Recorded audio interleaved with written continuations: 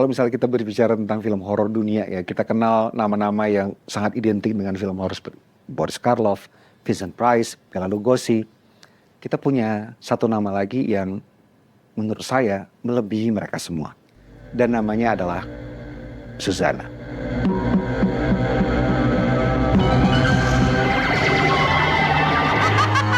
She's the real queen of horror, where she is not acting in her movie. She is just herself. She was very famous. Everyone knows Suzanna. Mendominasi film-film horor yang pernah diproduksi di tahun 80-an hingga 90-an. Bunda Suzanna itu tidak pernah bisa ditergantikan. Lagi dengan matanya yang begitu powerful. Wow.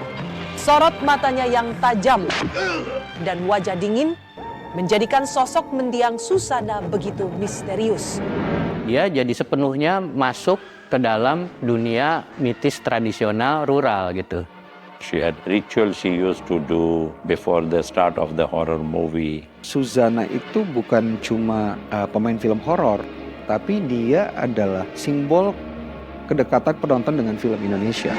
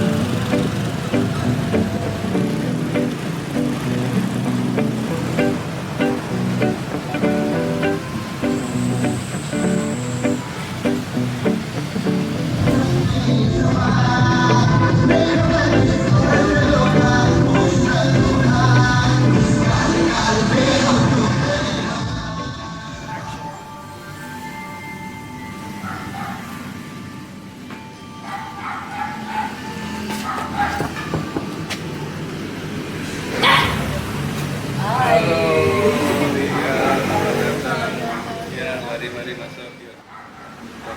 Halo. Halo. Nice to see you.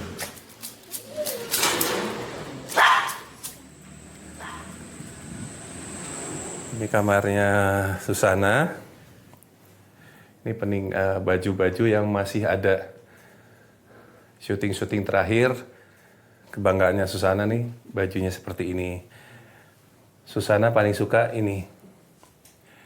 Air ada dikasih melati.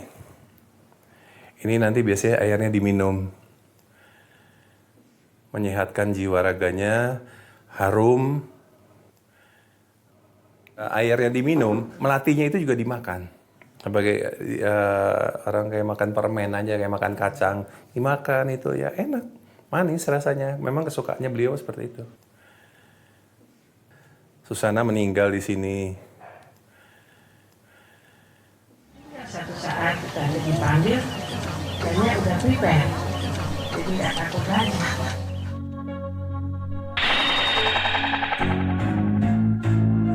Pak Dukun juga sudah mati.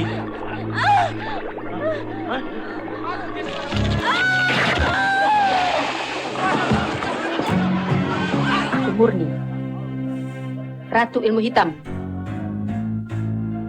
Semua orang tetap membicarakan dia karena she represents many things gitu. Dan many good things about Indonesian film.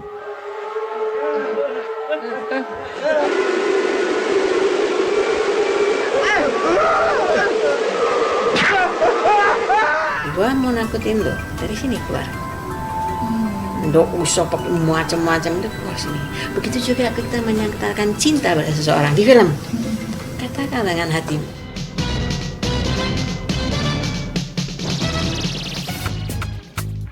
She was happy to be a horror star. And all Suzanna films did very well. And she became like a family friend. Oh, Dia itu selama syuting dengan saya, terus dia filmnya kan, film yang dibintangi sama dia itu banyak sekali penontonnya. Biang Agungmu ini paling sakti di seluruh jagat. Banyak yang nonton, nggak tahu berapa juta gitu. Nah, It's not necessarily the movies in which she plays, but the person that she was made her big.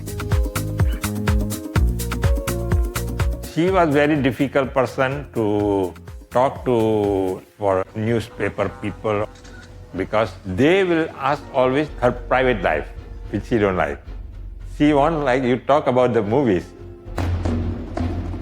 Don't talk my private life.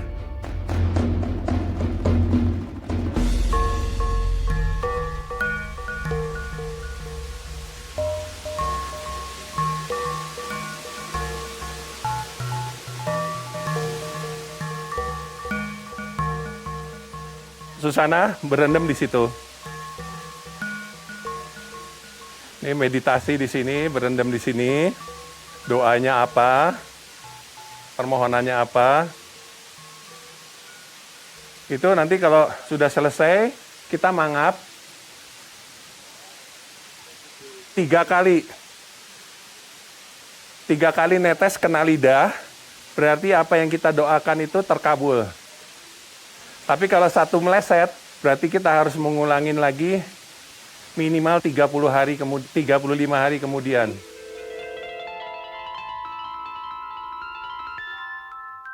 namanya tuh Susana Martha Frederica van Os. Kelihatan Belanda ya, yang disebutnya Indo. Indonesia is a massive archipelago of thousands of islands and hundreds of different ethnic groups, something like 350 plus. We're talking different languages, different cultures, different religions. Balinese are predominantly Hindu. Sundanese from West Java, predominantly Muslim. So there's a big range. Kayak kan Indonesia dijajah oleh Belanda, maka terjadilah asimilasi. Then there was Pearl Harbor and Japanese occupation. The Dutch people were put into camps. In 1945, the Japanese capitulated. Americans freed Indonesia from Japan. A few days later, Sukarno announced the proclamation of independence. It was 17 August 1945. The nationalization process is a process of bringing disparate groups together under one flag. That was in stark contrast to kicking the Dutch out, who had for hundreds of years told us that we were less than, told us that we were going to be extracted and controlled forever. Ayahnya Susana itu kan tentara Belanda. Lagi dinas di Subang, Jawa Barat. Ditembak sama Jepang. Mati. Ibunya baru hamil 6 bulan. Dengar kabar, kaget. Pendarahan.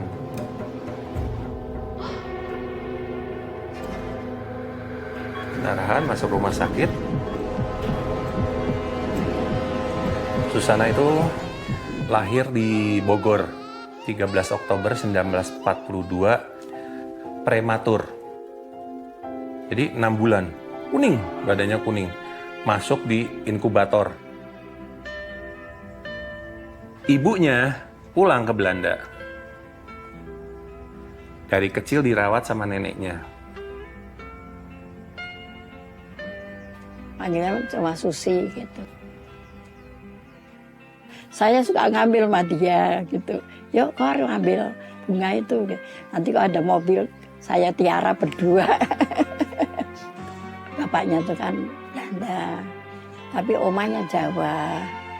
Jadi ya bergaul lah dia baik. Kalau sekolahnya lain. Dia di Pendowo, Katolik. Ya, cepat terkenal ya Susana karena lincah. Kalau di kelas Itu nanti baru istirahat itu, dia tiba-tiba tuh serit kakinya. Susanna is the youngest daughter of a widow, Johanna Boyo, who has a brief singing career in the late 1940s under the name Miss Yoppie. Susanna finds herself kind of following in her mother's footsteps. Ya memang dia suka cerita sama teman-teman. Aku sudah di bintang film loh, terkenal loh gitu.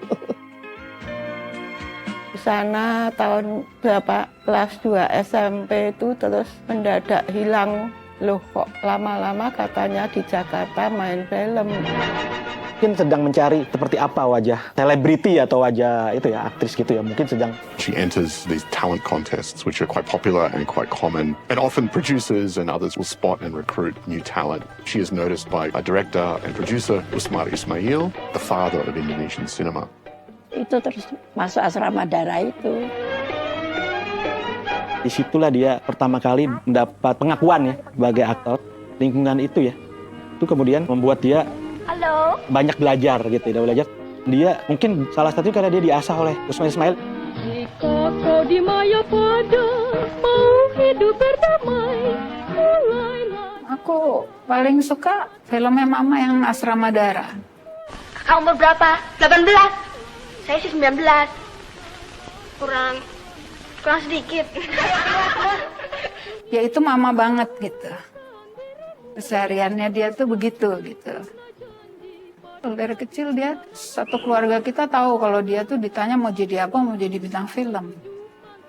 Ternyata benar. Lihat contoh ibu saya. Beliau sudah jadi wanita yang kesohor. And she has this amazing debut. She's a real standout in the film. Ya pada nonton semua teman-temannya. Ya senang sekali dia.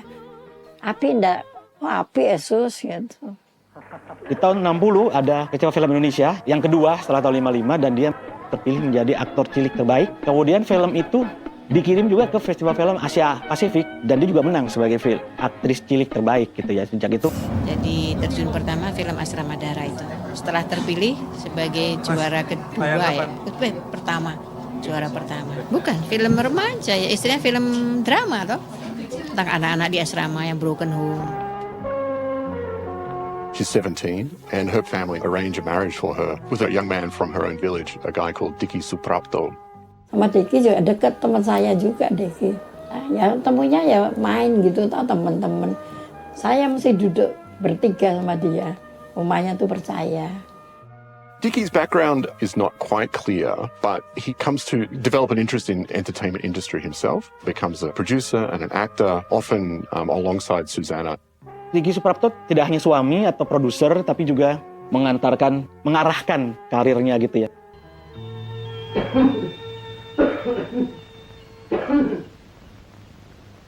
Kak, ayah bangun. Susanna sangat dekat dengan Diki ya Suprapto dan itu membuka jalannya dia dengan istilahnya film-film yang berani gitu. As a married couple, they set up a film company and they have 2 children together, Ari Adrianus Suprapto, who's born 6 July 1960, and Kiki Maria, born 10 September 1962. Papa dan Mama pemain gitu kan, tapi ada keinginan untuk bikin sendiri di film-film yang temanya yang mereka suka gitu.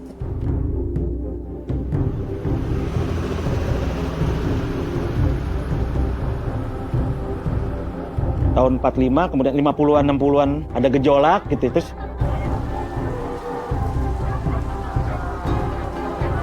saat itu antara komunis dengan yang bukan komunis itulah ya, perang ideologi dan lain-lain sehingga mereka menyatakan protes terhadap film-film Hollywood. Tahun 64 sampai 66 tidak ada film Hollywood. The focus was more on movies about the struggle for independence, getting the Dutch out and what they went through in that period. It wasn't really movies for all the people. It was really a class thing.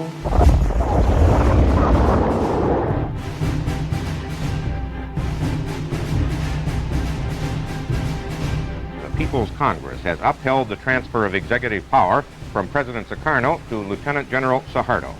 There had been reports that Sukarno would try to regain the authority he gave to Suharto after last year's attempted communist coup. But today's action places Suharto firmly in charge. Dan melahirkan rezim Orde Baru. Suharto, the dictator Suharto, who was the second president of Indonesia, had a whole philosophy of government called Orde Baru, which means the new order. The government didn't want the Indonesian to become too Western, especially the village people. They were supposed to really know their own culture. That level of state repression that existed under the new order was massive, and because it was a military dictatorship, it really had the ability to enter so many different parts of a person's life, including using as part of its economic idea of how to elevate Indonesia, really strictly and quite deliberately required women to be subservient to men. Kalau istilah populer adalah kasur, sumur, dapur. Menurut Orde Baru, pemerintahan Orde Baru, perempuan itu harus ibu yang baik, istri yang baik, anak yang baik, warga negara yang baik. Intinya semuanya domestifikasi. Setelah Soeharto berkuasa dan dia dekat dengan Amerika, dia ingin ekonomi Indonesia mulai membaik dengan cara banyak investasi dari Amerika, termasuk Hollywood gitu. Once the economy and political situation stabilized, the New Order regime reveals its approach to popular culture, and in particular cinema. It adopts what is called the quantity approach. And this means bringing in imported films from across the world, Japan, Europe, the US, other places, to fill the cinemas and bring people back. Daripada rakyat cekik apa segala macam, biarkan aja mereka punya sesuatu di mana mereka bisa kabur dari realitas yang kita ciptakan. Karena itu sensor juga diperlunak gitu ya. These are often B-grade exploitation films, and lots of the importers bringing these films in turn to producing films themselves. Import 3 film dari luar, mereka harus bikin 1 film. Jadi banyak sekali film yang dibuat.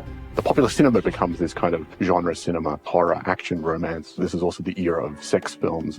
Suzana, tapi pada tahun 70-an mulai dia masuk ke film-film yang lebih bersifat eksploitatif. Terutama dalam hal ini film seks ya, bertema seks. Ratu Ranjang gitu ya. Jadi Queen of Bed ya. Actually Queen of Sex gitu kan. Jadi Ratu Ranjang. What we deem as sexy now is probably different than back then. And of course you have to look at the Indonesian context. I mean, because it's a relative conservative country, seeing a lot of thigh or a bit of breast can already be sexy. But with Suzana, it's less of that. The sexiness is way more subtle. Itu barangkali idenya awalnya dari sebuah film drama yang serius, yaitu Bernafas Dalam Lumpur.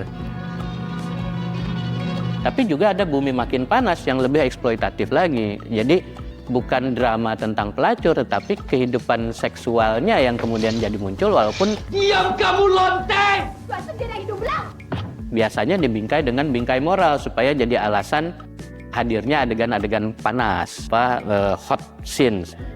Itu film-film itu menangkap semangat urbanisasi saat itu.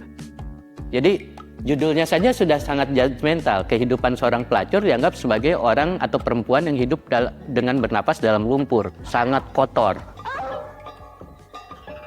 You begin to get the sense that Dickie's leveraging her fame and building a kind of family business. Dickie and Suzana have a music career together. They released a single called Salah Sangka, Misunderstood. Ayahku punya seekor burung bejo.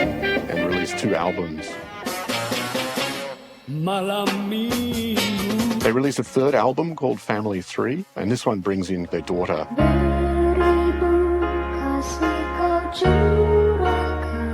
Kiki Maria will go on to have her own singing career. Beda usia nggak terlalu jauh dengan ibu saya. Tinggal di satu tempat karena itu juga rumah tinggal dan kantor. Jadi satu studio beda. Oh ya Ari, mana bahan-bahan keperluan Bisma yang seharusnya sudah kau bawakan kemarin? Bukankah kakek sudah kemari kemarin?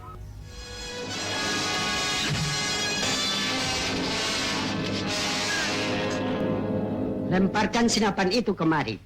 Atau kepala anak ini aku pisahkan dari lehernya.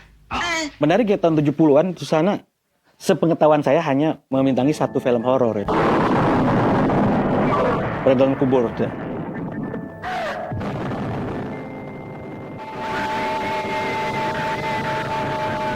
Kemudian nantinya menjadi cikal bakal ikon ratu horor. Horor ini awalnya itu kan dari film papa saya dulu, Beranak Dalam Kubur, tahun 71-72. Tapi itu sebenarnya bukan film setan. Tolong aku, Itu adalah perempuan hamil yang disiram air keras. Tahankan, Mani. Sebentar lagi kau tak akan merasakan apa-apa.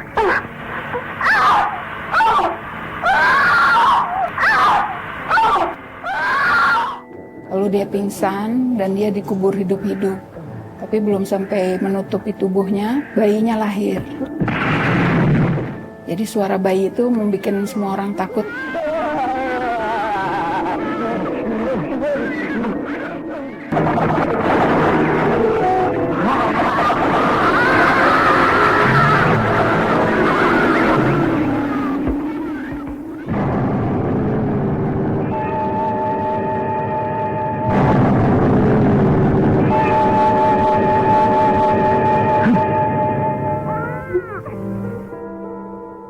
Dalam sebuah liputan di majalah Aneka-Ria ya, Susana bilang itu adalah karena dia memilih-milih peran. Jadi dia memang tidak banyak main. Tapi kita mungkin menduga ada juga masalah kemelut rumah tangga, kehidupan pribadi. Dicky is at a nightclub around 1973 or 1974 where he meets Ratmawati Sukarno Putri, the recently divorced daughter of Indonesia's first president, President Sukarno. Dicky and Ratmawati fall in love and then get married, an Islamic marriage. Susanna, with her 2 children, is now abandoned by her husband. Dicky claims they had never been married, then at the same time will not give Susanna a divorce. This gets very messy for Susanna. As a Catholic, she can actually not divorce. She retreats from public life. Susanna confesses to journalists that she had attempted murder-suicide with her children. She claims that she had prepared a room by dousing it in petrol and prepared a gun. She doesn't go through with this because, according to her story, Ari turns to her and says, "Mum, don't do this. I haven't yet had a chance to make you happy." And it turns out that he's a troubled youth. He's 17, he's dropped out of school. Reportedly, according to Tempo, he's a morphine addict. By day, he works fixing cars or bikes. At night, he's out racing cars or motorbikes in this kind of gang. He's attacked outside their family home by a group of youths. Susanna rushes him to hospital. He dies on the way. Dia benar-benar nggak percaya gitu. Ya, kayak saya juga teman saya yang paling baik ya kakak saya gitu kan. Nggak percaya gitu, kayak nggak percaya, tapi dari hari ke hari dan ibu saya juga waktu itu sangat shock ya, namanya ibu ya kehilangan anak ya seperti apa itu ya membuat dia juga nggak dulu sempat bilang nggak mau main film, nggak mau ini, tapi ya udah.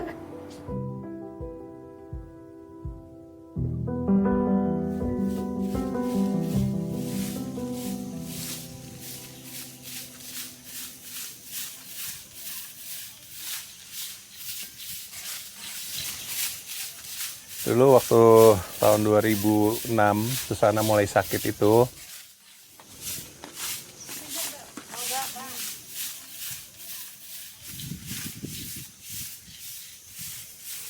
From there, over there is all the family of Susana. My next grave, I don't know when, but I already blocked because it's difficult to find empty land. Pas waktu Bu Susana kesini, pas masih hidup, yang ngerawat ibu saya. Nah, dari 2009 sampai 2022 saya. Tapi 3 kali Bu Susana mimpiin saya, minta tolong, minta tolong, minta tolong. 3 kali tak jawab, Bu, kok minta tolong sama saya, kenapa? Nggak ngasih jawaban apa-apa Bu Susana.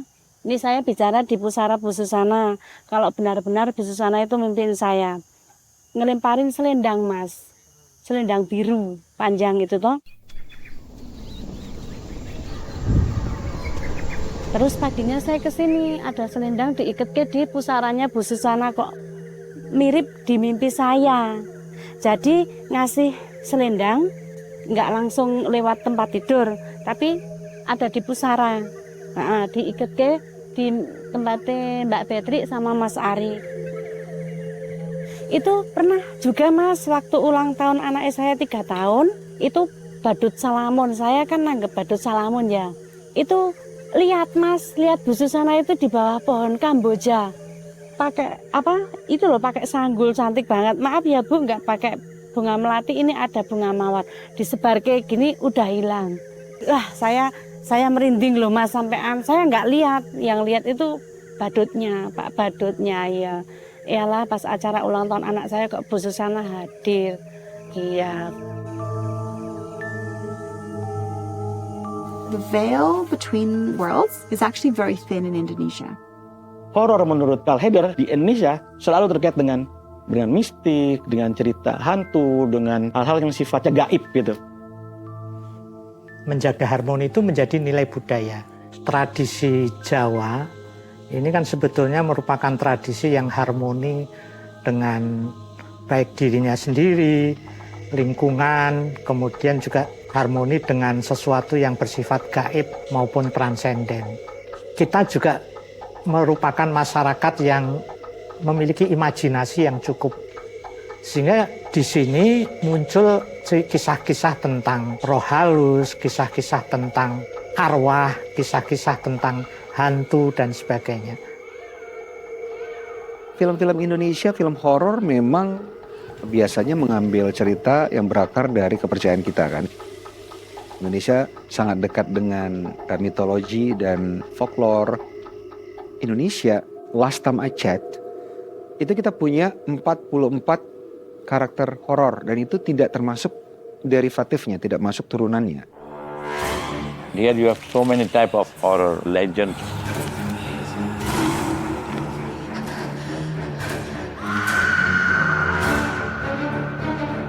You have Kuntilanak, you have Tuyul, the small boy ghost.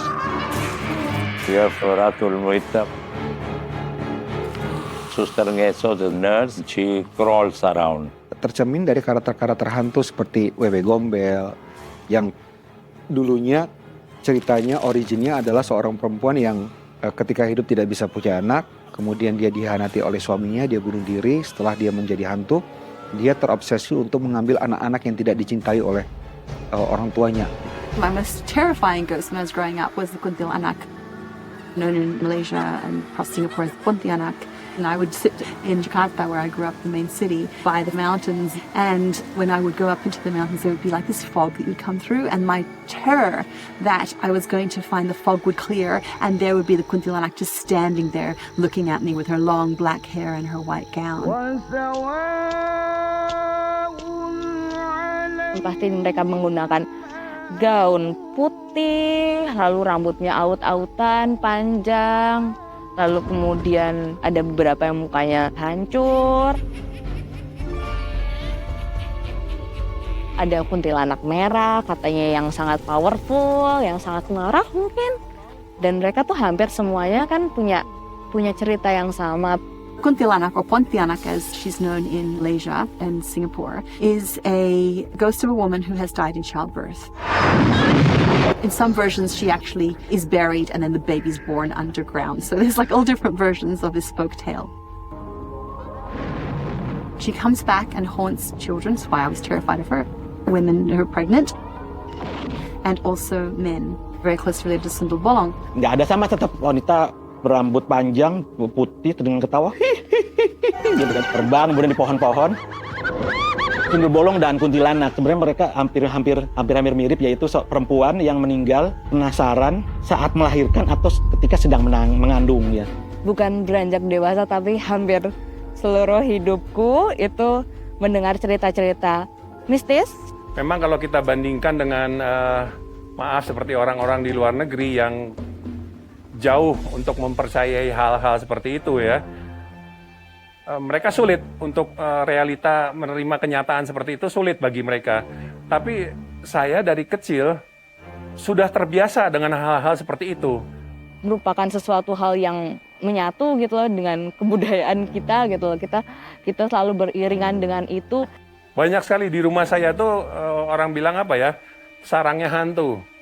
Jadi nanti kita lagi tidur, tiba-tiba batu goyang, ada orang jalan. Saya punya jendela kamar, diketok-ketok, digaruk-garuk. I have good friends who have had kuntilanaks in their house, who have been kissed by kuntilanaks. Nanti ada makhluk kecil sebesar ini, jalan di atas genting.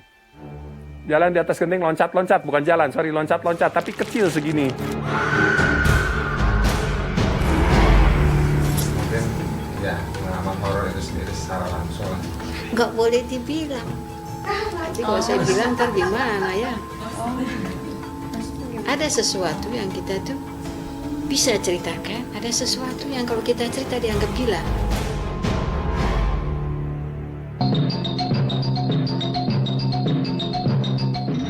Bagi saya bukan sekedar perusahaan film, it's not just a film company. Dan setiap kali saya masuk ke bioskop, zaman dulu kan kita kadang-kadang nonton film ya nggak melihat siapa company, tapi setiap kali logo itu keluar, deng deng deng deng deng deng deng deng deng deng deng deng deng deng deng deng, gitu ya. Itu saya merasa saya masuk surga. Primitive was the first picture of Barry Prima with us. The picture did well. I mean, we could sell few territories overseas.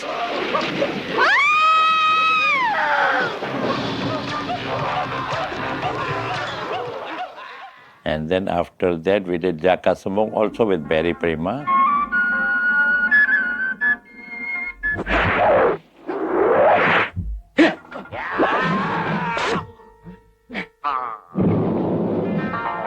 And there was a very good gimmick in the movie where the opponent's head was cut off.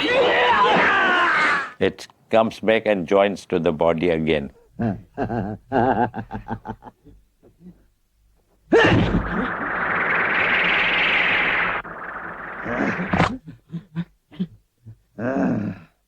And that was very nicely done by Siswara Gautama Putra.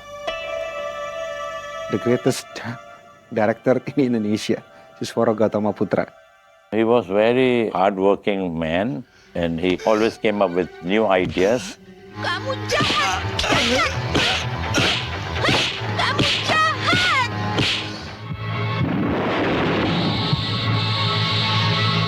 Tapi Siswara Gautama Putra itu menurut aku dia tuh bikin film bordering antara exploitation and art. Gitu.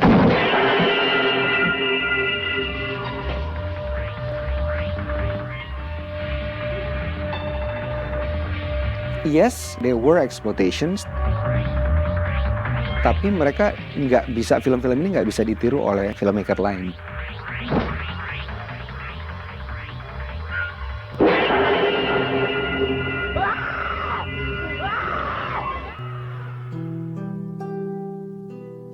It is through the effort of her friend, film director Ali Shahab, that Susanna returns to acting. This is in a 1978 film called Pulau Cinta. This begins the next phase in her career and in her life. Sundal Bolong was the first horror. It's a common story. Everybody knows about this Sundal Bolong. And it was the first legend to be taken to screen. Susanna was suggested by Siswara Gautama Putra, the director. We saw that her appearance is very good and she can do well, so we took her. Sundal means a very bad word, like a prostitute. Bolong is mean hole. The Sundal Bolong is always wearing a white gown. She has long black hair, like very long, it's going to come down to her hips because it's got to cover her back.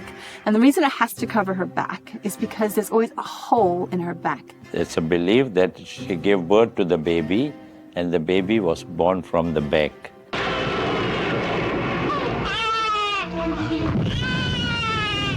That's a key component of this Sundal Bolong ghost, is that there's this hole which has maggots and it's kind of rotting.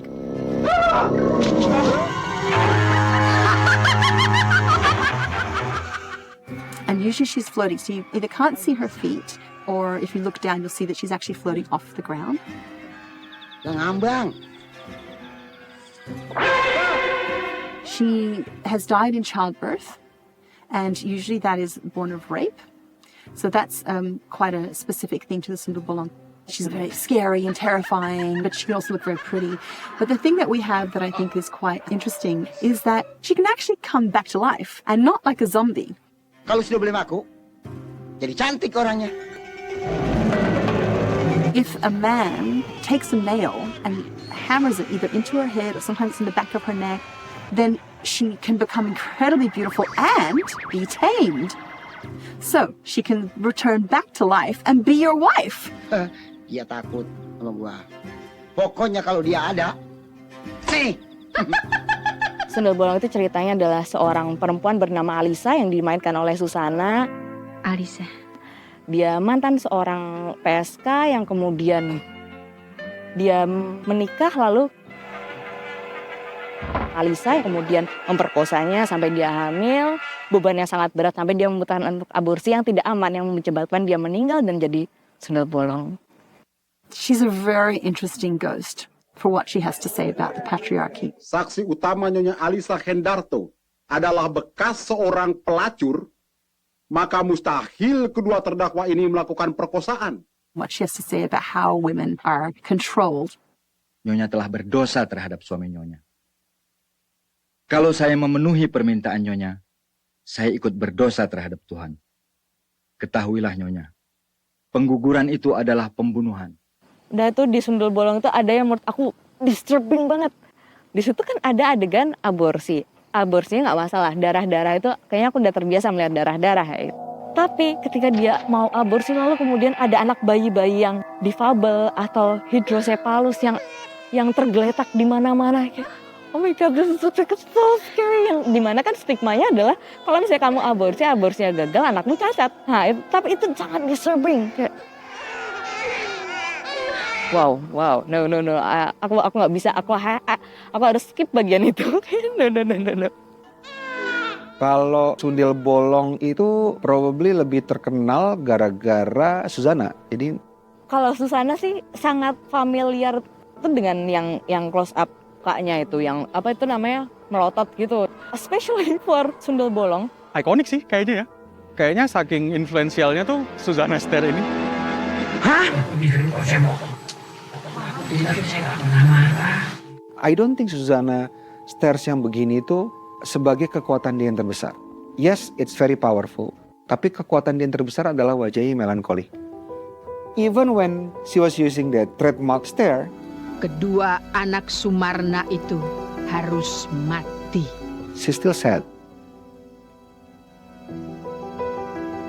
Saya sebagai penotarias dengan Susana, kalau Sundel Bolong itu kan hanya di sini dikasih hitamnya, di sini dikasih hitam. Terus dia pesan kalau dia punya alis, seret, harus di sini seret gitu. Jadi agak patah itu di tengahnya. Itu udah trademark, udah matanya hitam, udah rambutnya diginiin gitu, udah ininya dipecetin. Kalau awal-awalnya bikin untuk Sundel Bolong itu gimana ya gitu. Nah, jadi kaos oblong, beli beberapa buah, nah itu yang bolongnya itu tempel di kaos. Jadi dipakai dulu Mbak Susi, terus saya ukur yang kira-kira bolongnya itu di sini, baru ditempel busa. Nah busa udah ditempel, itu nyabutinnya juga nggak pakai tangan, pakai tang. Berat. Buat burung itu tempelin situ, tapi kan kelihatan backgroundnya kayak daging. Bagus itu kalau udah gitu. She goes to the place Malay apanya? Sate. and asks for chicken satay. They serve her, and she was eating not like a normal human being.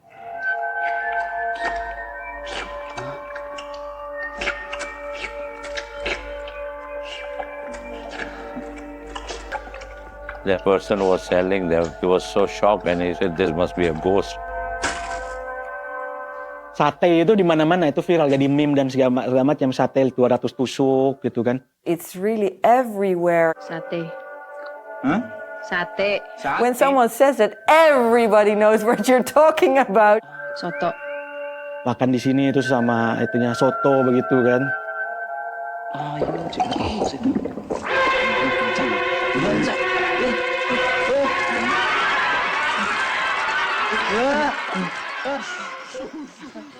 Saya takut, Pak. Tampangnya serem, Pak. Apa kayak saya? Dan biasanya, walaupun seram, selalu diceritakan sebagai anekdot yang ada humornya. They meet the ghost, they meet Susanna, and then they're really so scared. They don't know what to do. And then they hilariously run away. That's very, very much part of the interplay. Kalau misalnya dibikin sekarang mungkin nggak relevan ya, joke-nya mungkin komedinya udah nggak relevan lagi. Tapi pada saat itu, that's the kind of comedy yang orang Indonesia mau. That's the kind of horror yang orang Indonesia mau. Napa niku? Sundel Bolong itu begitu besarnya filmnya karena mengcapture the imagination of Indonesian audience. Tolong bayar.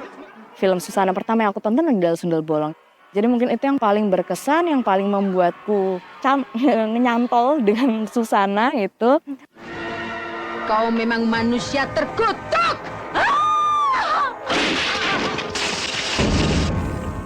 Dan kemudian punya ketertarikan dengan isu misalnya gender kayak gitu yang kemudian ini lumayan representatif ketika aku membicarakan tentang gender equality atau stigma dan sebagainya dengan memilih film Sundel Bolong ini kayak gitu untuk dianalisa.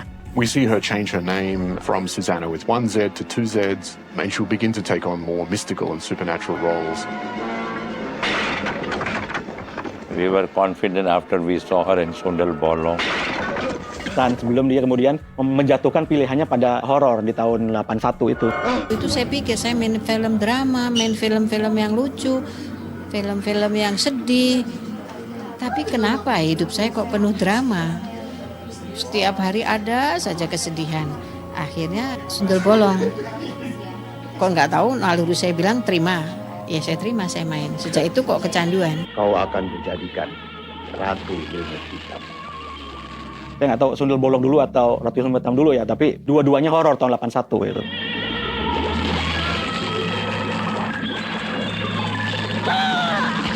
Mungkin yang menjadi ketertarikanku di awal ketika menonton film-film Susanna, penggambaran perempuan sebagai monster yang mereka representasikan.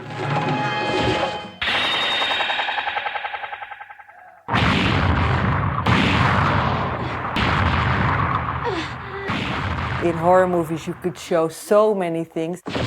As long as the end, you had a figure. Most part, it was a kiai or it was a religious figure who said something like, well, you cannot do everything that you just saw. Murders happened, nudity, everything which was not allowed happened. And then the kiai at the end of a movie would say like, please repent, return to God. Bismillahirrahmanirrahim. And often also Susanna would convert to a more pious woman.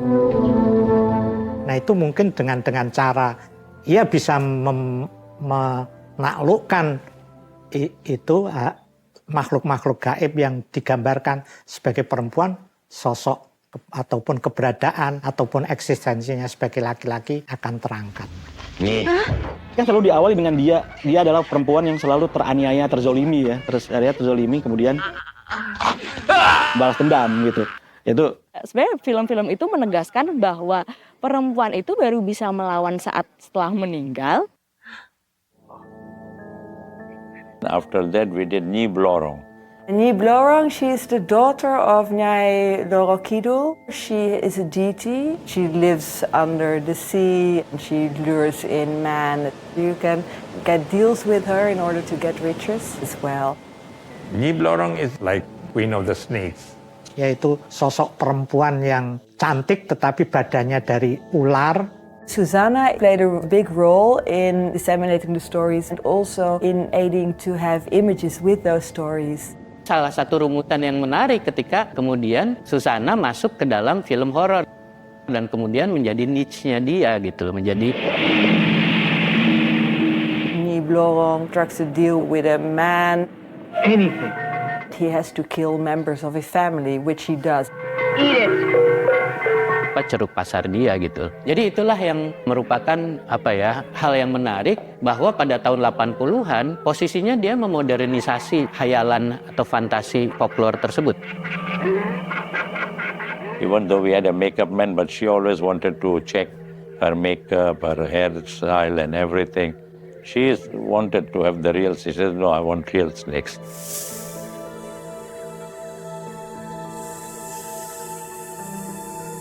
Dia nggak takut.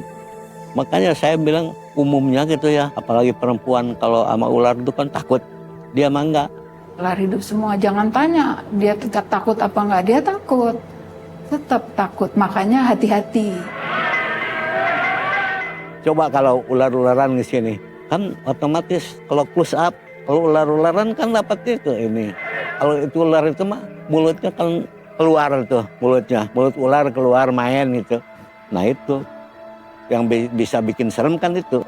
Kalau pakai ular-ularan biasa aja mati. Kalau rongsot mungkin, rongsot bisa aja. Tapi kalau Susana maunya gitu yang asli, yang bukan permintaan sutradara. Itu bikin itu kawat, bit kawat dikelilingin dikelilingin di kepalanya. Nanti yang itunya. Yang kawatnya itu ditutupin sama rambut supaya dikamuflase lah kawatnya. Umumnya ular sini. Kalau saya mengilu lihatnya. Bagaimana dia bisa menubuh dengan karakter-karakternya sampai melakukan ritual, sampai kemudian mencari tahu lebih dalam terkait dengan peran itu. Karena peran-peran yang diambil kan tentunya peran-peran yang sangat besar. She's bigger than life. The fact that she could play in those different kind of horror movies also had a lot of legends surrounding her. So she herself was also seen as a almost supernatural being, not really just a human. Tentang dia yang melekat, biasanya orang sering bilang ada ilmu gaibnya, ada semacam entity yang menempel dalam dirinya. Kalau aku memilih untuk percaya aja dan nggak usah diinvestigasi benar atau tidak. Mulutmu akan lebih lancar dan berwibawa. Mungkin karena in real life dia sangat misterius. Karena kita nggak pernah tahu mana yang sebenarnya terjadi, apa yang sebenarnya dia rasakan atau dia imani dalam dirinya sendiri. Kalau Mbak Susana nggak tahu mungkin ya. Kalau mau syuting, yang jelas dia itu puasa, jarah dulu. Yang jelasnya dia kalau bikin film kayak Nyi Blorong, dia tuh suka jarah dulu ke Samudra Beach Hotel. Ada yang bilang ini musyrik, ada yang bilang tidak. Tapi saya jelaskan di sini. Kita bukan musyrik, kita di sini bukan menyembah setan, kita bukan berdoa kepada setan.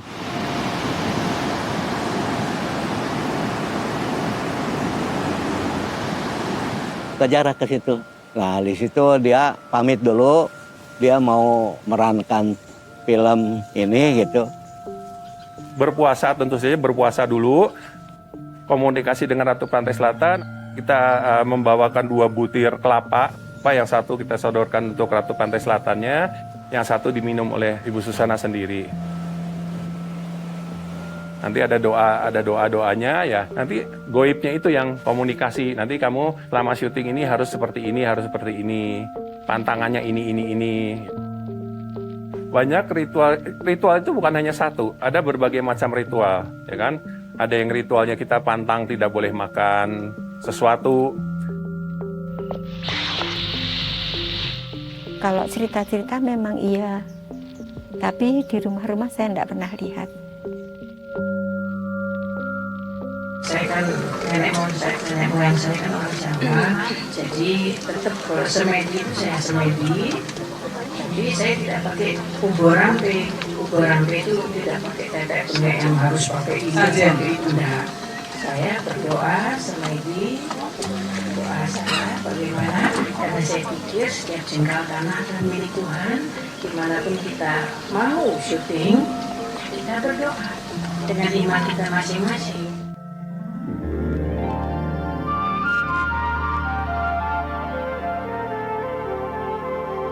Kalau cerita yang di luar-luar itu memang katanya Susana itu kalau makan itu katanya kembang, terus kembang mawar itu ya sama kembang kandil dan lain-lain.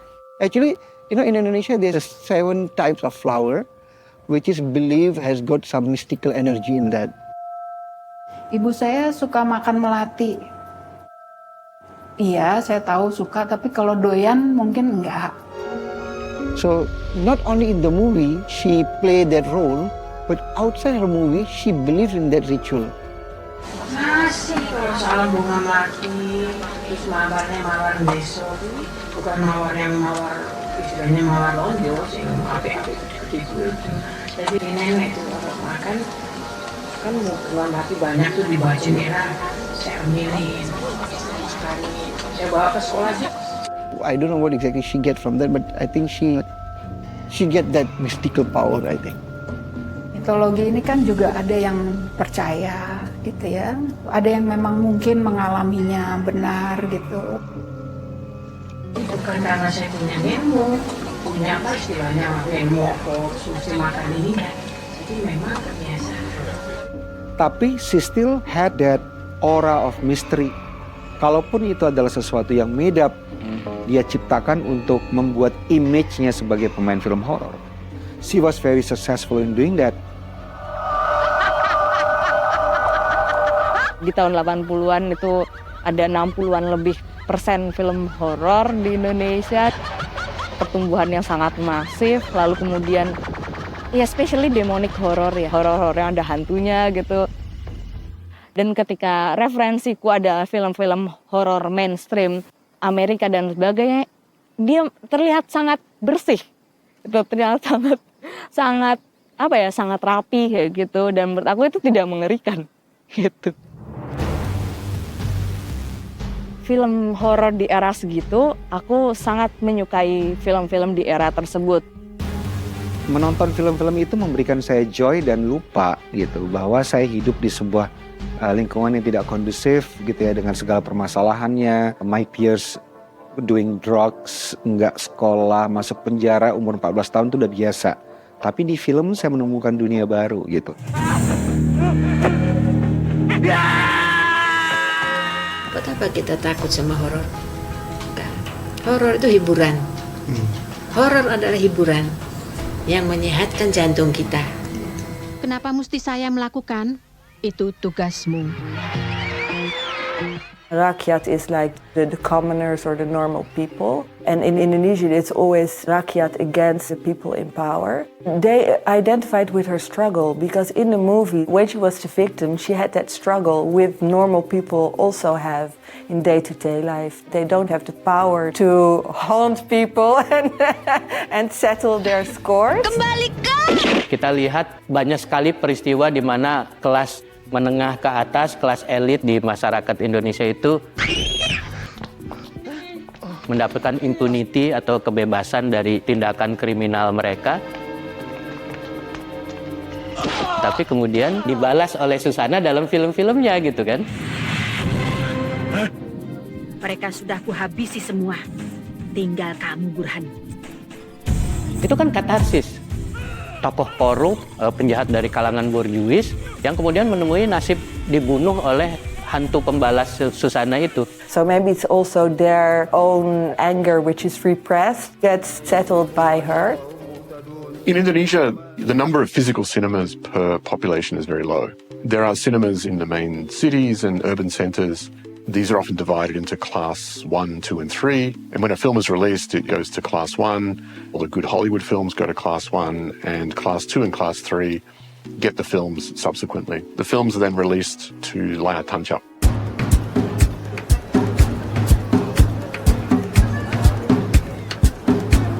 The 70s, 80s and 90s, and even at present day, sometimes there are places where they have what is called layar tancap, and that's where they put sticks in the ground with a big white screen in the middle of the village. Suzana ketika tahun 80 filmnya baru beredar, dia langsung bisa dibeli oleh bioskop keliling, tetapi pada bertahun-tahun kemudian, itulah kenapa ada staying power-nya. Dia punya niche di masyarakat kelas bawah terutama. And the Layar Tancap is a kind of entertainment for the masses in Indonesia. Yang nonton ini dari anak-anak, yang muda sampai yang dewasa, yang tua pun. It's usually very carnivalesque. There are a lot of people selling food and drinks. People are talking and interacting. Ada yang penyanyi kelas kampung gitu kan, ada tukang bakpao, ada sate 200 tusuk.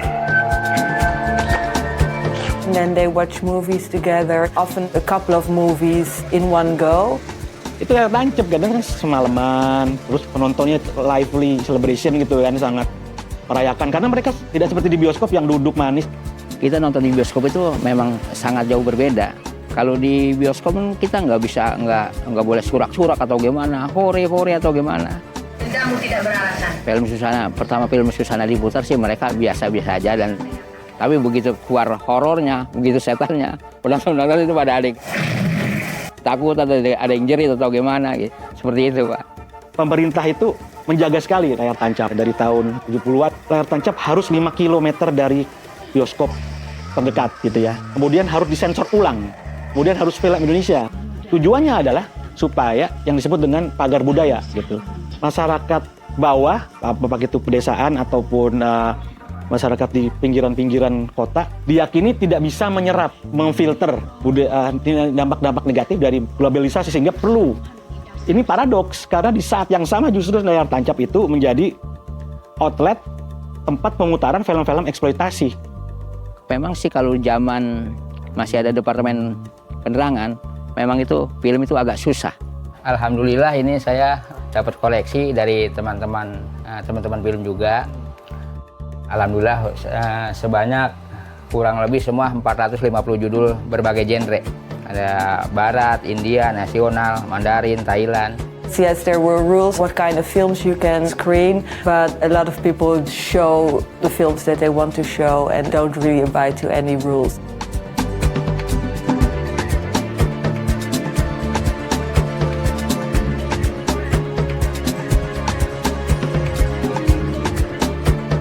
And it is here that we see the kind of the building of this kind of collective memory about her and her importance to Indonesia. Ini adalah takdir, Nyai. Manusia tidak dibenarkan untuk menolaknya. Sangkuriang was suggested by Suzana. I don't know why, but you know, the legend goes that the son falls in love with the mother without knowing this is the mother. She said, this will be very good. So we bought the rights to do this movie. Darah dagingmu sendiri kok. Aduh, ampun, Pak. Ampun. Aduh, anak durhaka pergi. We needed somebody with a tough body and so on. Waktu saya SMP kelas 3, saya diajak nonton film Sundel Bolong sama ibu saya. Itu begitu saya lihat, ya Tuhan, cantik banget nih perempuan. Kenapa nggak jadi istri saya saja? Itu saya ngomong itu dalam hati saya. Mungkin saat itu ada malaikat liwat, dicatat perkataan saya. Kan ini mujizat tuh. Ini betul-betul. Iswara Gautama Putra, he always talk to me that we have to find all the time the new actor. Awalnya tuh saya pulang sekolah, diikutin sama seseorang sampai ke rumah saya gitu. Hah? Ma? Katanya dipanggil sama sutradara dari Jakarta. Awalnya saya bilang kan salah alamat kali, saya bukan pemain film, saya masih sekolah. Saya bilang saya tidak bisa acting, saya bukan pemain film, bukan pemain drama. Enggak, nanti gampang, nanti saya ajarin, yang penting kamu mau main film. Jadi pelatih taekwondo di SD Santa Maria kelihatannya.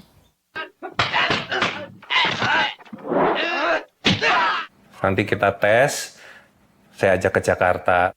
Kalau lulus, berbagai macam tes itu lulus, baru nanti saya ajak main film. Beside that, must be approved with Suzana. Kemudian tes yang terakhir itu mau pertemukan dengan bintang film nomor 1 di Indonesia, yaitu Susana. So this Cliff Sangra is one of a kind which is handsome. If he's not handsome, she don't know. Pakal. And she say, okay, yes. Rapi, pick Cliff Sangra from nothing, and he become something.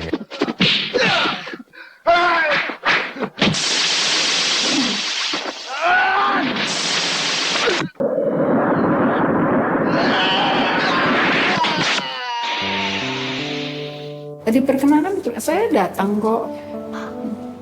Dalam perjalanannya kemudian ibu saya dekat dengan dia selaku pemeran, itu mulai lagi hari-harinya dengan gembira, yaitu.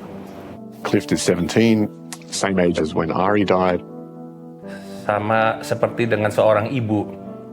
Ya, Susana itu kan berbeda usia dengan saya 23 tahun. Dan Susana itu kan artis senior, ya artis senior yang disegani lah sama itu. Saya ini kan anak bawang gitu kan. Saya nggak ikut campur dan saya nggak bisa mewakili, maksudnya menceritakan perasaannya gimana. Cuman yang saya lihat ada rasa bahagia, itu aja. Jadi saya cuman ikut bahagia. Sampai akhirnya di suatu hari, last scene, last day, last shot, itu adegan ciuman. Pada saat hari terakhir adegan ciuman itu, ada chemistry. Saya takut dimarahin gitu kan, nanti dipikir emang ngambil kesempatan, mau ciuman sama Susana gitu kan. Akhirnya saya diem aja. Nah, akhirnya Susana nanya sama saya, gimana? Ya, saya malu-malu dan takut jawabannya gitu kan. Enak tuh, dia bilang gitu. Maksudnya enak, ya aku seneng, dia bilang gitu. Kayak ada getaran dalam diri saya, Susana bilang itu. Berarti bukan saya aja ya Mbak ya? Iya, dia bilang. Ya udah, titik sampai di situ, nggak berani lanjut.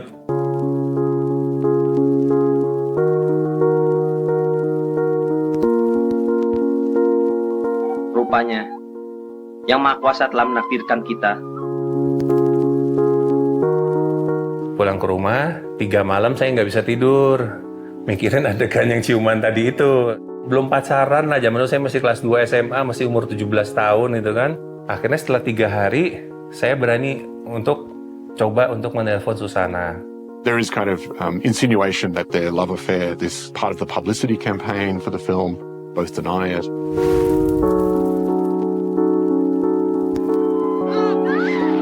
Satu hal, di dalam film itu kelihatan bahwa yang berani nude itu juga Cliff Sangra. Itu menjadi sebuah pembicaraan ya, kontroversi. People were talking that she's much older to him, but he didn't care. She was in love, and he wanted to get married to her. Itu kan orang-orang juga tanda-tanda tanya. Karena banyak surat-surat kaleng yang masuk tuh banyak sekali. Mau mengeruk hartanya Susana lah segala macam gitu kan. Karena banyak surat-surat kaleng yang masuk tuh banyak sekali. Aku telah siap mengawini. Mana mungkin seorang ibu mengawini anaknya? Kau bukan ibuku. Yang mau nikah itu bukan orang lain, saya. Dan saya itu betul-betul tulus. Saya tuh istilahnya menyayangi kamu, mencintai kamu tuh tulus. Nggak ada maksud apa-apa. Nggak usah mikirin, kita buktikan saja. Saya dipertemukan dengan kamu, itu adalah jalannya Tuhan. Cliff is still 17. Susana is not officially divorced. And as a Roman Catholic, she's in fact not allowed to divorce. She petitions the Pope to try and have her marriage annulled. Somehow this is successful. Akan kujadikan suamiku. About 1982, when Cliff is about 20, they marry. Menurut aku itu sangat itu sangat menggambarkan posisi dia bahwa ya dia punya power, dia punya kuasa untuk di dunia film ini gitu. Sedangkan nafkah batin saya tidak pernah tersalurkan dengan puas. I know that Susana's movie are playing very well. I don't know what is happening between them and Rapi. One day she called me. Hello? She said, I want to see you. When we talk to her, we know it's kind of different than the other actresses. She told us she has an offer, and we said, okay, I mean, we don't have a lifetime contract with her, so we said, fine.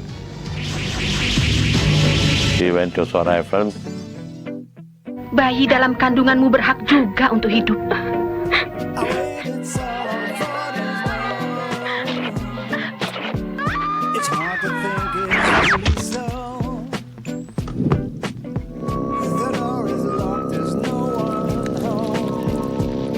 Kau perempuan layak, berhaji busuk.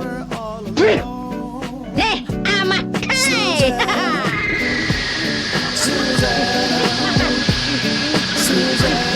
I'm crazy loving you, Susanna, Susanna, Susanna.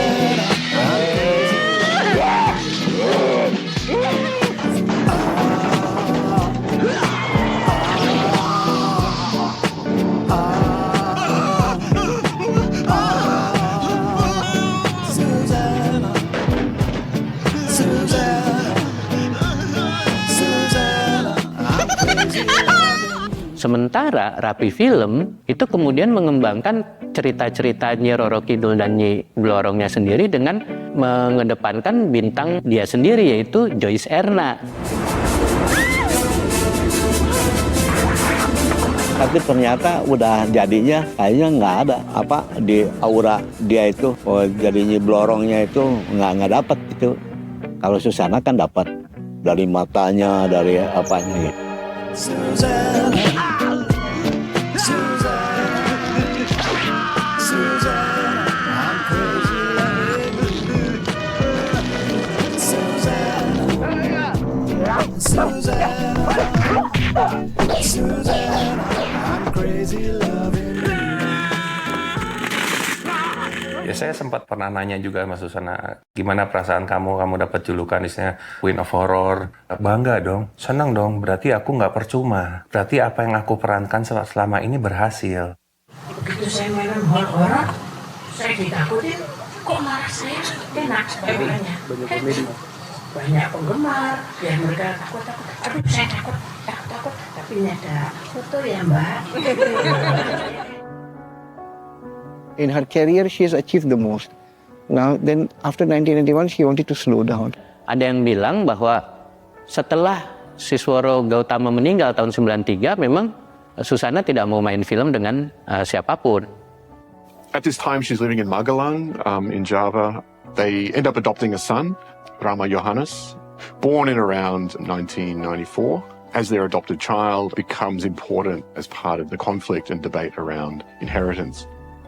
Dulu ibunya Susana itu kan tinggal di Belanda, warga negara Belanda itu. Udah tua, takut kalau ibunya meninggal nanti nggak ada yang ngurus. Datang ke Indonesia, ya tinggal di rumah sini. Actually, Susana don't want to retire, but I told her that the market now is clash for theater. 120 perusahaan film di Indonesia, kalau nggak salah yang sisa cuma tinggal 4 perusahaan dulu. Jadi yang 116 perusahaan tuh gulung tikar semua. People stop making movies, including me, and we goes to TV. So that's why she came here to make 2-3 series. Tapi golden age-nya sinetron. Guci Putri Melati yang terpecah belah telah menyatu kembali. Like 100 episode or something like that. Hidup saya sudah tidak ada artinya lagi. Actually, I have a hint that she is not too well. Sakit apa? Saya bilang gitu. Ya namanya teman kan tanya, kadang-kadang Leoni ya kita ya toh. Susana sakit diabetes, ya kan? In detail we did not discuss because sometimes when you discuss something, tend to bring the spirit down. I told her, why you are not going to the doctor properly? He said, no, I'm all right. I can do anything. She treat herself as if she is never sick. She don't want to share that she is sick. She don't want to believe that. Terus tidak tahu apa-apa saya. Sama Cliff juga jarang ketemu. Tidak buka pintu itu Cliff. Jarang bergaul. Cliff is the one, counting the time, the food, the medicine. Ujung kaki sampai ujung kepala, semua keperluannya Susana saya yang beli. And Kiki Maria, her daughter, lives also in Magelang, across town with her husband, Abi Yaraso Boyo. Saya hidup di Jakarta waktu itu. Mama sudah pindah ke Magelang ya. Sampai saya pindah tahun 2005 itu pun atas permintaan Mama. Papa saya sebenarnya nggak setuju karena menurut dia kalau di Magelang tuh kota pensiunan katanya. Kamu kan masih umur segini, nanti aja kalau udah pensiun pindah ya. Tapi Mama saya bilang, apa? Sekarang aja. Aku sepi, dia bilang gitu. Kiki tidak kerja, suaminya tidak kerja, tidak punya pemasukan, tidak punya uang. Susana nyuplai 15 juta setiap bulan. Kiki Maria sama Cliff Sangra itu sudah berseteru sejak lama. Saya pinjamkan ke mereka untuk tinggal di rumah saya itu. Di rumah sana juga ada tukang. Jadi kita bangun rumah sini, tak lihat-lihat tukang lagi kerja apa, lagi bikin apa, ya saya ke sana gitu kan. Di sana tuh ada tukang 2 orang. Mereka tiba-tiba salah satu dari mereka itu bicara sama saya. Pak, Bapak kok mau sih punya istri udah tua, ya kan? Bapak kan ganteng, kaya, banyak uang, artis. Bapak kan kalau mau cari yang muda gampang, ya begitu. Maksudnya kamu ngomong gitu, maksudnya apa? Saya bilang gitu kan. Ya, bisa Pak. Saya bantu Bapak, nanti Bapak bisa dapat istri yang muda, yang cantik. Ya maksudnya apa? Ya untuk menyingkirkan Ibu Susana. Maksudnya apa? Ya dibunuh lah Pak. Keluarga Susana ricuh, bentrok, tembak-tembakan seperti itu.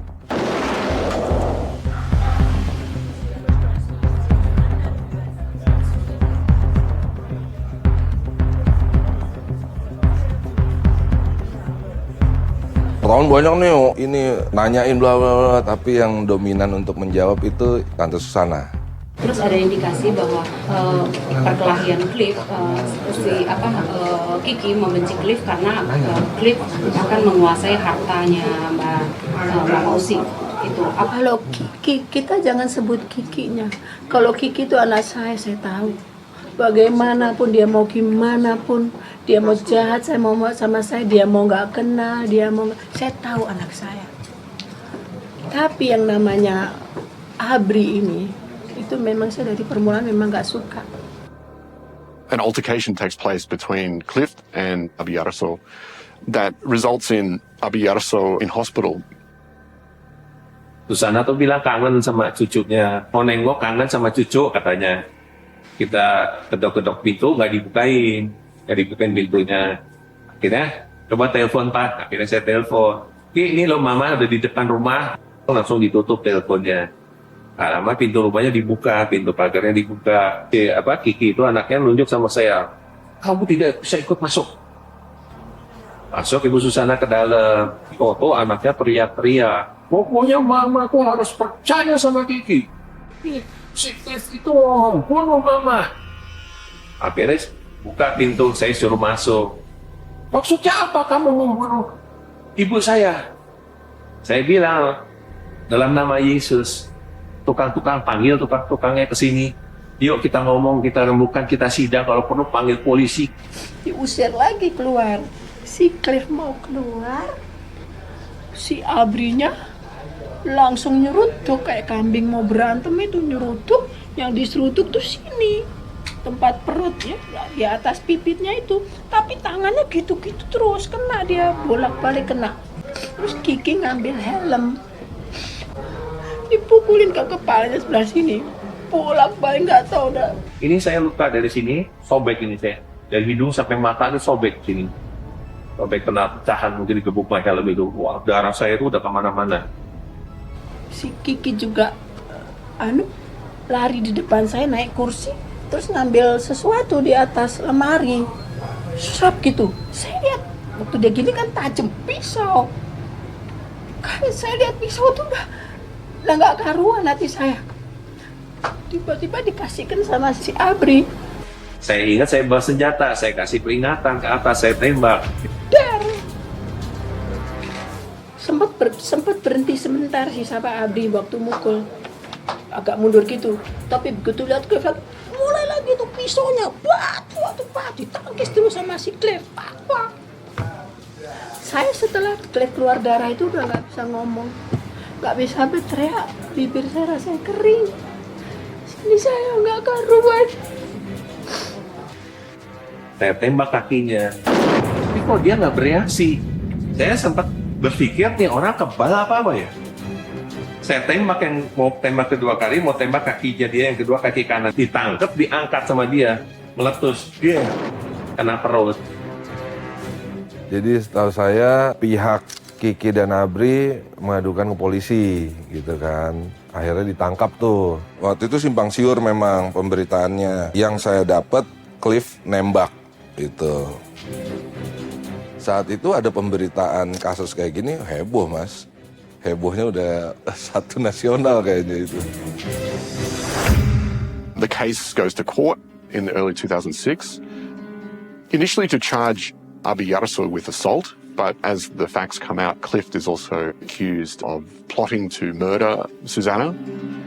Clift supposedly had tried to recruit some of the housekeepers to kill Susanna for him and pay them 50 million rupiah, which is about $5,000 in today's money. They had refused and they had told Susanna, and once this came back to Clift, there was this confrontation. Clift spends about 4 months in jail, is fined a very nominal 2,500 rupiah, which is about the cost of a bus ticket, and Abi Yaraso is released. He's not charged.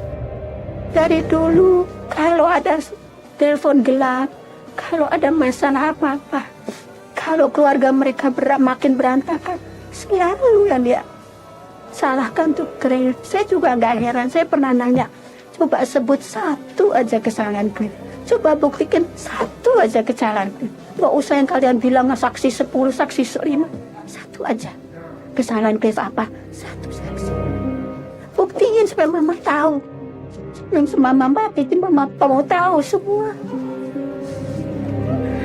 Kerasnya konflik Abri Harso dan Cliff Sangra membuat keluarga Suzana memindahkan Rangka Ari dari sebuah perkuburan di daerah Bogor ke daerah. Pemindahan jasad Ari mengejutkan seluruh pihak keluarga. Sementara Susana belakangan ini mengasingkan diri. Kabarnya lagi Susana saat ini sedang mengalami koma. Baru keluar dari rumah sakit lagi, habis diopname 14 hari lagi dan koma 2 hari. Tempo hari kan mungkin udah tahu ya, pernah koma 4 hari, diopname 1 bulan. Nah kemarin itu terulang lagi. Nah kondisinya Mbak Susi ini nggak bisa ditebak. Dan lebih dramatisnya lagi pemirsa, Susana berniat untuk dikuburkan satu liang lahat dengan Ari. Layaknya sebuah adegan horor, kehidupan Susana kian mencekam. Apakah ini akhir petualangan horor dari narasi kehidupan Susana? Her last movie was in 1991. In 2008, I tried to contact her. That time we were having an options for the artist. When I said Susanna, my crew team said, no, impossible, she's out already, she's retired. I spoke myself to Cliff. This is my planning and everything. How Susanna, she's not well, she's sick, she's quite sick.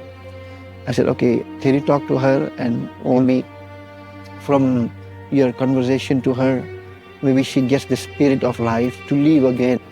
She doesn't need to be a ghost. She can come as herself. The feeling for the audience is already so strong. After 1 hour, he called me. He said, Susanna wants to speak to you.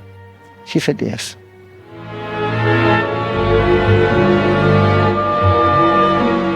Kata sesuai dengan nasihat dokter, saya harus lebih berbunga-bunga lah. Sebenarnya kondisi mama saat itu sudah sakit berat ya, yang aku tahu dari dokternya.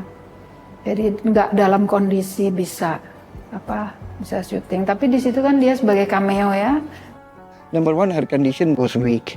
She cannot be tired. In front of the camera for 15 minutes, he has to sit down. So there was one scene that he did many times. Shasha? She said, I'm not satisfied. I want to retake again. And she was tired, but she said, no, I want to finish this one, then I'll take a rest. She came and met all the press people. They're very enthusiastic. Susana, you know. Susana. Mungkin aku kayak macam kalau saya ngaca tuh kadang-kadang saya suka, tadi aku kok dibilang cantik awet muda. Apa ya kenal sama Mbak? Tapi masih kenceng ya? Ya, ayo. Biasa kenceng ya kuwi. Iki lho. film pertama saya, Susana adalah ibu saya. Jadi film pertamanya Susana dengan saya, Susana ibu saya anak. Bisa pas seperti itu. Di sini saya Cliff mengulangi film Sangkuriang. Mana saya jadi ibu, Cliff jadi anak saya. Cita-citamu untuk mencintaiku telah tercapai. Buat saya ini satu yang luar biasa lah. Susah diutarakan, nggak bisa dibilang gimana perasaan saya. Senang lebih dari senang, tapi tetap ternyuh. Ada kesedihan. Kesedihan bukan sedih terus malu gimana ya. Kesedihan yang aku kok bisa melalui ini semua. It's something great that she can come back after 17 or 18 years of retirement. Saya udah bilang saya belum dapat kapling, disuruh mengerjakan dulu yang belum tuntas. Setelah 2008 Hantu Ambulan, kayaknya mama udah deket nih waktunya. Kangen sama mami, kangen sama papi, kangen sama Ari. Minta tangannya saya. Akhirnya saya kasih tangan. Habis ngomong gitu, tiba-tiba tarik napas. Saya pikir lelah, saya pikir capek gitu kan. Tiba-tiba tarik napas sekali lagi.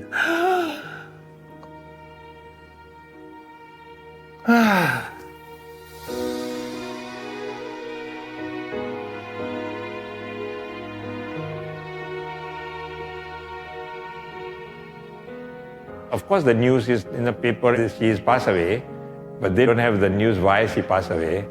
She was sick, that's it. Yang semua tertuju kepada Cliff Sangra, yang mau nggak mau dia berdua ada di rumah, tapi gosip itu ada. Saya datang ke rumahnya, rumah sudah digembok, katanya sudah berangkat.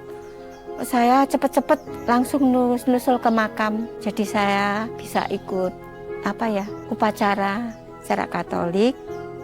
Setelah masuk ke makam, udah selesai. Kenapa begitu tertutupnya? Katanya karena ada surat wasiat yang meminta gitu. Misalnya orang lain yang mau dihindari mungkin ya, tapi kalau keluarga menimbulkan sedikit pertanyaan tentunya dengan pemakaman yang sangat sederhana gitu. Itu menimbulkan pertanyaan, tapi ya kita nggak pernah tahu apa yang sebenarnya terjadi ya gitu. Susana mau meninggal, tidak mau dipertontonkan. Memang Susana punya tidak mau dipertontonkan, tadi tidak mau kelihatan pucat, kelihatan mayat di dalam peti itu nggak mau. Mau masyarakat tuh tahu Susana yang cantik. Meninggalnya ditutup-tutupin sama saya. Saya nggak ada masalah, biarin aja orang mau ngomong. Nggak ada ruginya juga saya kok. Mereka mau bilang saya membunuh Susana, mau apa gitu, nggak ada ruginya saya. Kan ada surat visum dari Polresta Magelang, ada dari rumah sakit ada, memang meninggalnya karena sakit. bukan lagi dalam kata-kata curiga, terus bahkan dulu pernah sampai dihebohkan dengan katanya harus divisum, harus diotopsi, tapi saya tidak lakukan itu. Saya tidak lakukan. Karena pertimbangan saya, dia sudah meninggal. Tadinya satu kamar sama saya, tapi karena saya kan juga tidurnya kan ngorok gitu ya. Ibu Susana kan dalam keadaan sakit, merasa terganggu. Jadi dia bilang, "Pak, bawa kamu pindah kamar aja. Aku nggak bisa tidur, namanya orang sakit itu kan mesti yang tenang seperti itu." Akhirnya saya pindah kamar, oke pindah. Nanti mama kalau butuh sesuatu bagaimana? Butuh sesuatu tinggal ngetok tembok, tok. Nah, berarti manggil saya. Jadi nanti Susana udah nggak ada, udah meninggal, udah dikubur di sini. Nanti kamar saya tembok tuh masih diketok, tok. Ketokan di tembok itu masih berlangsung kurang lebih selama 2 tahun. Dalam kurun waktu itu di rumah masih menampakkan diri di depan pintu kamar, di ruang televisi itu masih menampakkan diri. Jadi habis meninggal itu tidak langsung hilang gitu, enggak. Masih berkeliaran di rumah lah gitu. Once a person told me, yeah, I saw a ghost, like Susanna. So the image of the ghost was Susanna. She now has become her own horror legend. Her legacy will remain forever. Now the new generation also still talk about the Susanna because it's been passed on to the younger generation. Bahkan banyak remake, reboot, reborn gitu ya. A movie was made called Susanna. Storyline was almost exactly as the stories of Susanna's movies. Katanya penjelmaan. Bu, sungguh aku lihat Susanna, dia berubah menjadi Susanna. Mereka tidak pernah merubah look orang yang memerankan Susanna. Selalu dengan tai lalat di tempat yang sama. Mereka tidak mau untuk keluar dari itu gitu karena ikonik Susanna itu. We are trying to get that kind of expression, that kind of aura through some other actress, but to tell you frankly, no, we cannot get. You can put on so much makeup and look like her, but you cannot have her soul. Her soul was very special. She is immortal, dan bukan cuma karena legasinya aja di film-film yang sudah dia buat, tapi memang dia merepresentasikan bukan cuma the past, tapi juga the future gitu. Hope bahwa film Indonesia bisa sangat dekat dengan penonton Indonesia. So she's not just special. She will always live.